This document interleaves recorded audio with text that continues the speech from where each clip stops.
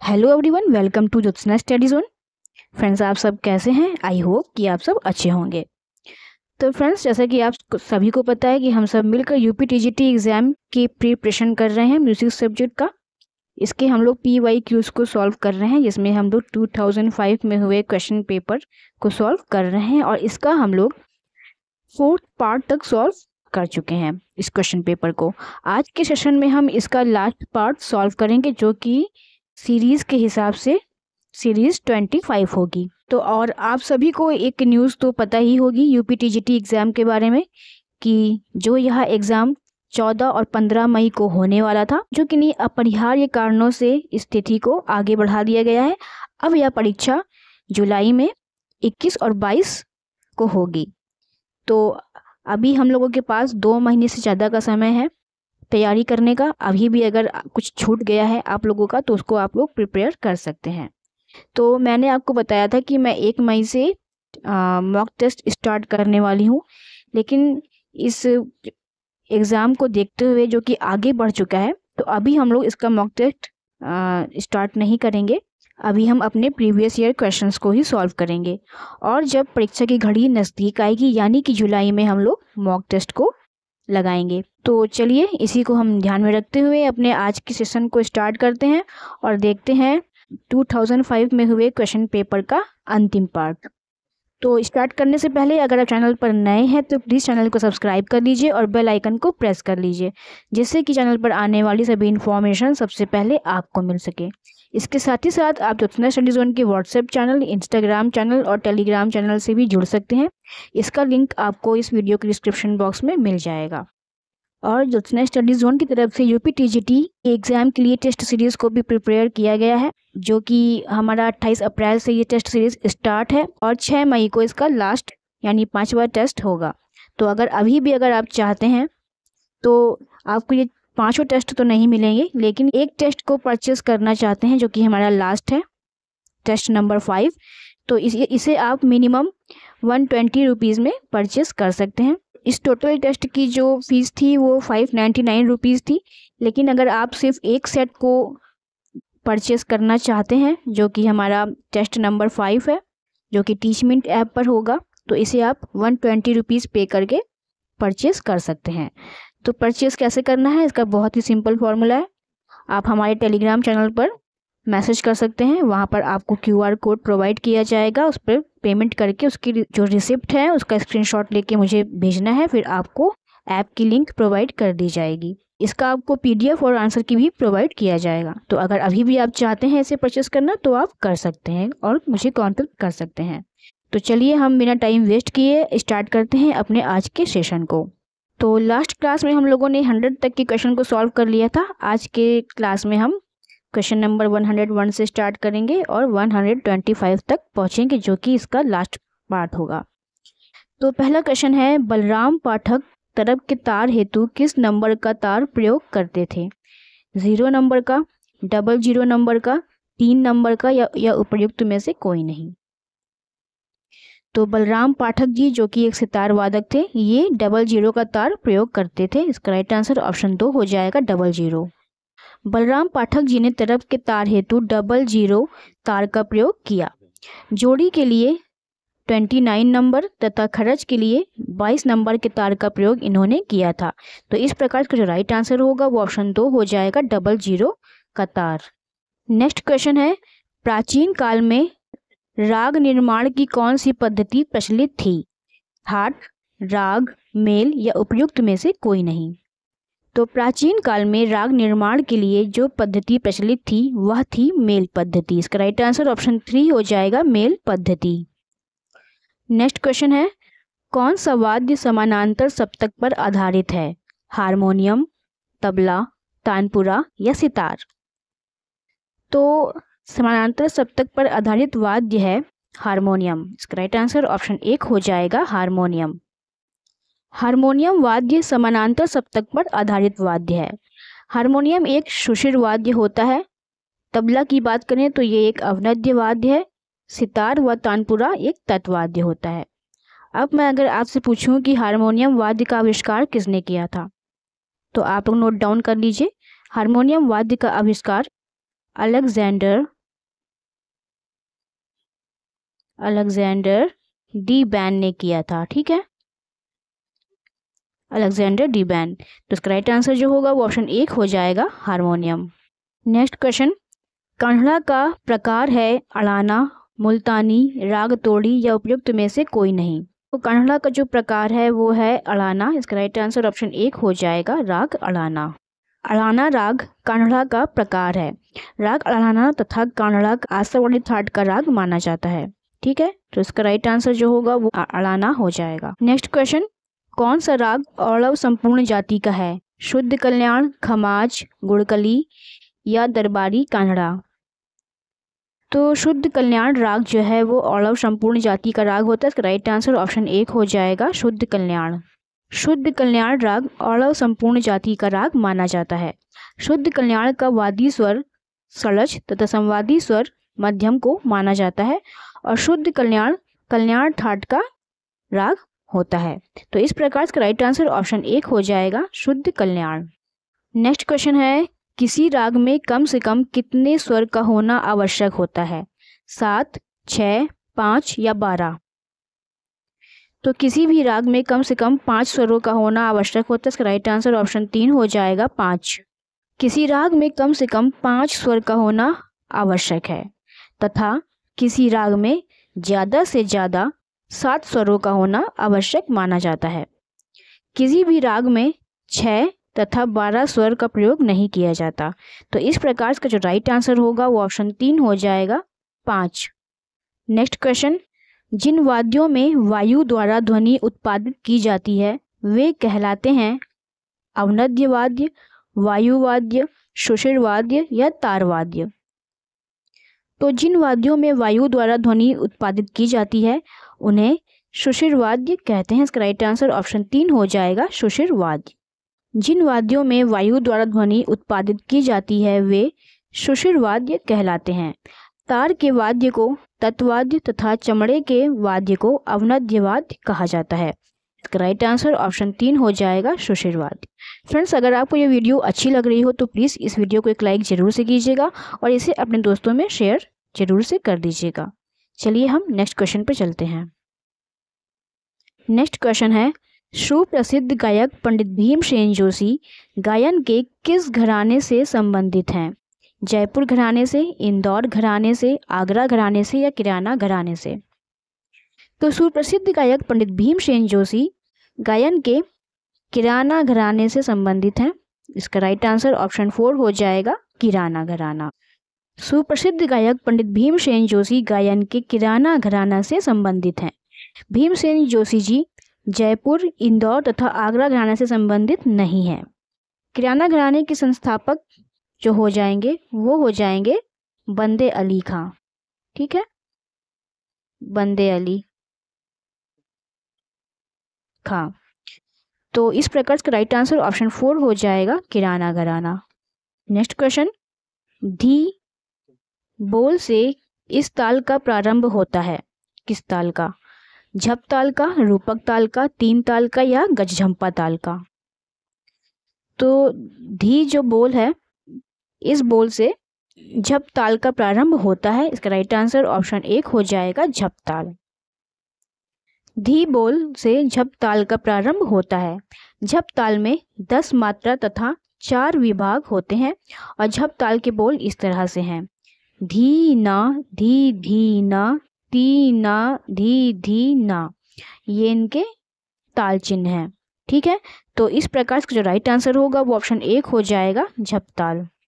Next question है, संगीत एवं कला के लिए प्रसिद्ध विश्वविद्यालय इस स्थान पर स्थित है? रायगढ़, सुजानगढ़, रामगढ़ या खैरागढ़? तो इसका आंसर आप सभी को पता होगा कि संगीत एवं कला के लिए प्रसिद्ध विश्वविद्यालय खैरागढ़ विश्वविद्यालय है।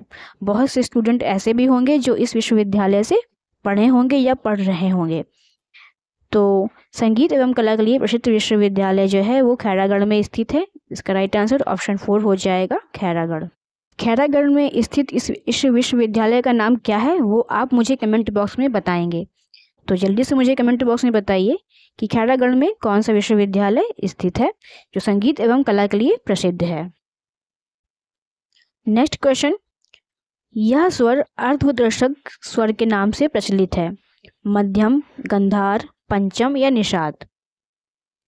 तो मध्यम स्वर जो है वो अर्धोदर्शक स्वर के नाम से प्रचलित है। इसका राइट आंसर ऑप्शन 1 हो जाएगा, मध्यम स्वर। नेक्स्ट क्वेश्चन, उस्ताद अल्लाह रखा खां को किस सन में पद्मश्री से सम्मानित किया गया था? 1976 में, 1977 में, 1978 में या 1979 में? तो उस्ताद अल्लाह रखा खां जी को सन 1977 यानी 1977 में पद्मश्री से सम्मानित किया गया था। इसका राइट आंसर ऑप्शन 2 हो जाएगा, 1977। नेक्स्ट, आड़ी लय को कहते हैं डेढ़ गुण की लयकारी, सवा गुण की लयकारी, दोगुनी लयकारी या उपयुक्त में से कोई नहीं। तो आड़ी लय को डेढ़ गुण की लयकारी कहते हैं। इसका राइट आंसर ऑप्शन 1 हो जाएगा, डेढ़ गुण की लयकारी। आड़ी लय को डेढ़ गुण की लयकारी कहते हैं। वहीं सवा गुण की लयकारी को कुवाड़ की लयकारी और दोगुनी लयकारी को दुगुन की लयकारी कहा जाता है। तो इसका राइट आंसर जो होगा वो ऑप्शन 1 हो जाएगा, डेढ़ गुण की लयकारी। नेक्स्ट क्वेश्चन है, तंबूरे का वर्तमान स्वरूप किस शताब्दी की देन है?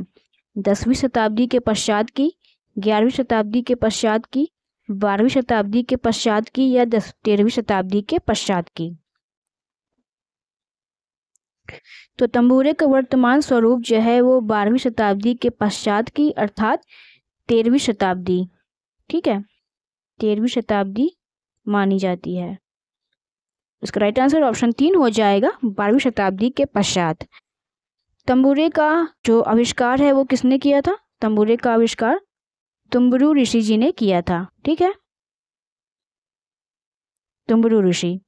तो इसका राइट आंसर जो होगा वो ऑप्शन 3 हो जाएगा, 12वीं शताब्दी के पश्चात अर्थात 13वीं शताब्दी में। नेक्स्ट क्वेश्चन है, राग शुद्ध कल्याण किन रागों के मिश्रण से बना है? कल्याण और भूपाली, कल्याण और बिहाग, कल्याण और देशकार या उपयुक्त में से कोई नहीं? तो शुद्ध कल्याण का जो मिश्रण है वो कल्याण और भूपाली राग के मिश्रण से बना हुआ है, शुद्ध कल्याण राग। इसका राइट आंसर ऑप्शन 1 हो जाएगा, कल्याण और भूपाली। नेक्स्ट क्वेश्चन, बालकृष्ण बुआ इचल करंजीकर के गुरु का नाम क्या है? गुड़ बुआ, मिरासी बुआ, भाटे बुआ या देवजी बुआ? तो बालकृष्ण बुआ इचल करंजीकर के गुरु जी का नाम है देवजी बुआ। इसका राइट आंसर जो हो जाएगा वो ऑप्शन 4 हो जाएगा, देवजी बुआ। और बालकृष्ण बुआ इचल करंजीकर के भी जो शिष्य हैं वो कौन है? पंडित वीडी पलुस्कर, वीडी पलुस्कर, ठीक है। पंडित वीडी पलुस्कर के जो गुरु हैं वो पंडित बालकृष्ण बुआ इचल करंजीकर हैं और इचल करंजीकर के गुरु देवजी बुआ हैं। तो इसका राइट आंसर जो होगा वो ऑप्शन 4 हो जाएगा, देवजी बुआ। नेक्स्ट क्वेश्चन, गायक उत्तेजक मंडली के संस्थापक कौन है? वीडी पलुस्कर, VN भातखंडे, नारायण राव व्यास या शंकर राव पंडित? गायक उत्तेजक मंडली के संस्थापक पंडित विष्णु नारायण भातखंडे जी हैं। इसका राइट आंसर ऑप्शन 2 हो जाएगा, VN Bhatkhande. Next question, sitar में कितने पर्दे बांधने से वह अचल थाट का सितार कहलाता है? 20, 24, 25 या उपयुक्त में से कोई नहीं? सितार जो कि तत्वाद्य की श्रेणी में आता है, इसमें 24 पर्दे बांधने से यह अचल थाट का सितार कहलाता है। इसका राइट आंसर ऑप्शन 2 हो जाएगा, 24। नेक्स्ट क्वेश्चन, मध्यम ग्राम का स्वरांतर क्या है? 4-3-2, 4-4-3-2, 4-3-2, 4-3-4-2, 3-4-4, 3-4-3-2 या उपयुक्त में से कोई नहीं? तो मध्यम ग्राम का स्वरांतर हो जाएगा 4-3-2, 4-3-4-2, ऑप्शन 2 इसका राइट आंसर हो जाएगा। वहीं 4-3-2, 4-4-3-2 ये षडज ग्राम का स्वरांतर है, ठीक है। तो इसका राइट आंसर जो होगा वो ऑप्शन 2 हो जाएगा, 4-3-2, 4-3-4-2। नेक्स्ट क्वेश्चन, पंडित शारंग देव ने कुल कितने राग नामों का उल्लेख किया है? 369, 264, 497 या 306? 369, 264, 497 या 306? पंडित सारंगदेव जो कि संगीत रत्नाकर के रचयिता हैं, संगीत रत्नाकर के रचनाकार हैं। इन्होंने कुल 264 राग नामों का उल्लेख किया हुआ है। इसका राइट आंसर ऑप्शन 2 हो जाएगा 264। पंडित सारंगदेव जी ने अपने ग्रंथ संगीत रत्नाकर में 264 रागों का उल्लेख किया है। यह ग्रंथ सारंगदेव जी ने 13वीं शताब्दी में लिखा था। तो इस प्रकार इसका राइट आंसर ऑप्शन 2 हो जाएगा 264। फ्रेंड्स, अगर आपको ये क्लास अच्छी लग रही हो तो प्लीज़ इस क्लास को एक लाइक ज़रूर से कर दीजिएगा और इसे अपने दोस्तों में शेयर भी कर दीजिएगा, जिससे कि वो भी इस क्लास का बेनिफिट ले सकें। ठीक है, तो चलिए हम चलते हैं नेक्स्ट क्वेश्चन पे। नेक्स्ट क्वेश्चन है, ये विभिन्न नहीं, इसको आप त्रिभिन्न कर लीजिए। त्रिभिन्न। त्रिभिन्न नामक गमक को किस नाम से जाना जाता है? खटका, सपाट, कर्ण या सूत? इसका राइट आंसर जो हो जाएगा वो ऑप्शन 4 हो जाएगा। नेक्स्ट क्वेश्चन, पंडित किशन महाराज किस संगीतज्ञ के दत्तक पुत्र थे? गुदई महाराज के, कालिका महाराज के, कंठे महाराज के या शंभू महाराज के? पंडित किशन महाराज जी कंठे महाराज के दत्तक पुत्र थे। इसका राइट आंसर ऑप्शन 3 हो जाएगा, कंठे महाराज। पंडित किशन महाराज जी कंठे महाराज के दत्तक पुत्र थे, जो बनारस घराने के प्रसिद्ध तबला वादक थे। इसका राइट आंसर ऑप्शन 3 हो जाएगा, कंठे महाराज। पंडित किशन महाराज जी जो हैं वो कंठे महाराज के भतीजे हैं और इन्होंने इसे गोद लिया हुआ है। ठीक है, तो इस प्रकार ये इनके दत्तक पुत्र हुए। तो इसका राइट आंसर जो होगा वो ऑप्शन 3 हो जाएगा, कंठे महाराज। नेक्स्ट क्वेश्चन है, पंचम सवारी ताल में विभाग हैं 3 4 4 4, 3 4 3 4, 2 3 4 4 या 4 3 4 4? तो पंचम सवारी ताल में विभाग जो हैं वो 3 4 4 4 हैं। तो इसका राइट आंसर जो होगा वो ऑप्शन 1 हो जाएगा, 3 4 4 4। पंचम सवारी ताल में 3 4 4 4 के विभाग होते हैं। पंचम सवारी ताल 15 मात्रा की ताल है और इस ताल में 4 विभाग होते हैं। पहले विभाग में 3 मात्रा होती है और बाकी के तीनों विभाग में 4 4 मात्राएं होती हैं। तो इस प्रकार इसका राइट आंसर जो होगा वो ऑप्शन 1 हो जाएगा, 3 4 4 4।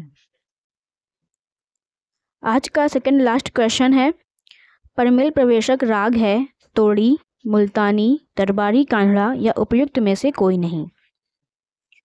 परमेल प्रवेशक राग मुल्तानी है। इसका राइट आंसर ऑप्शन 2 हो जाएगा, राग मुल्तानी। मुल्तानी राग एक परमेल प्रवेशक राग माना जाता है। तोड़ी राग तथा दरबारी कान्हड़ा राग को परमेल प्रवेशक राग नहीं कहते। परमेल प्रवेशक राग का अर्थ है एक राग का दूसरे राग में प्रवेश करने की क्षमता या एक थाट का दूसरे थाट में प्रवेश करने की क्षमता। तो इसका राइट आंसर जो होगा वो ऑप्शन 2 हो जाएगा, मुल्तानी। आज के सेशन का अंतिम प्रश्न है, राग दरबारी कान्हड़ा का थाट है काफी, भैरवी, आसावरी या खमाज? तो राग दरबारी कान्हड़ा का थाट है आसावरी। इसका राइट आंसर ऑप्शन 3 हो जाएगा, आसावरी। राग दरबारी कान्हड़ा आसावरी थाट का राग माना जाता है। काफी राग काफी थाट का राग, भैरवी भैरवी थाट का राग तथा खमाज खमाज थाट का राग माना जाता है। तो इस प्रकार से इसका राइट आंसर जो होगा वो ऑप्शन 3 हो जाएगा, आसावरी। तो फ्रेंड्स, ये थे आज के सेशन के क्वेश्चंस। आपको कैसे लगे हमें कमेंट बॉक्स में ज़रूर से बताइएगा।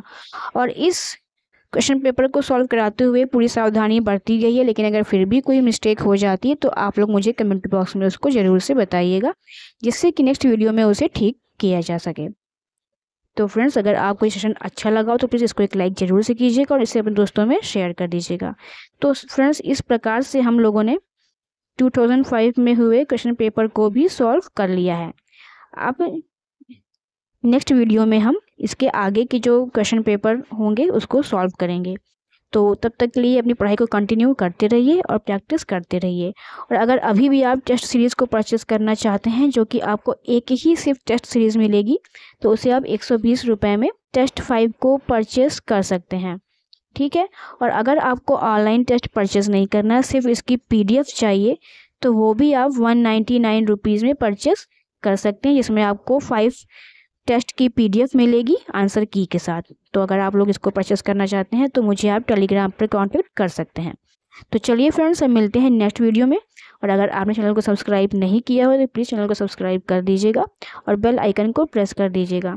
इसके साथ ही साथ आप ज्योत्सना स्टडी जोन के व्हाट्सएप चैनल, टेलीग्राम चैनल और इंस्टाग्राम चैनल से भी जुड़ सकते हैं, जिसका लिंक आपको डिस्क्रिप्शन बॉक्स में मिल जाएगा।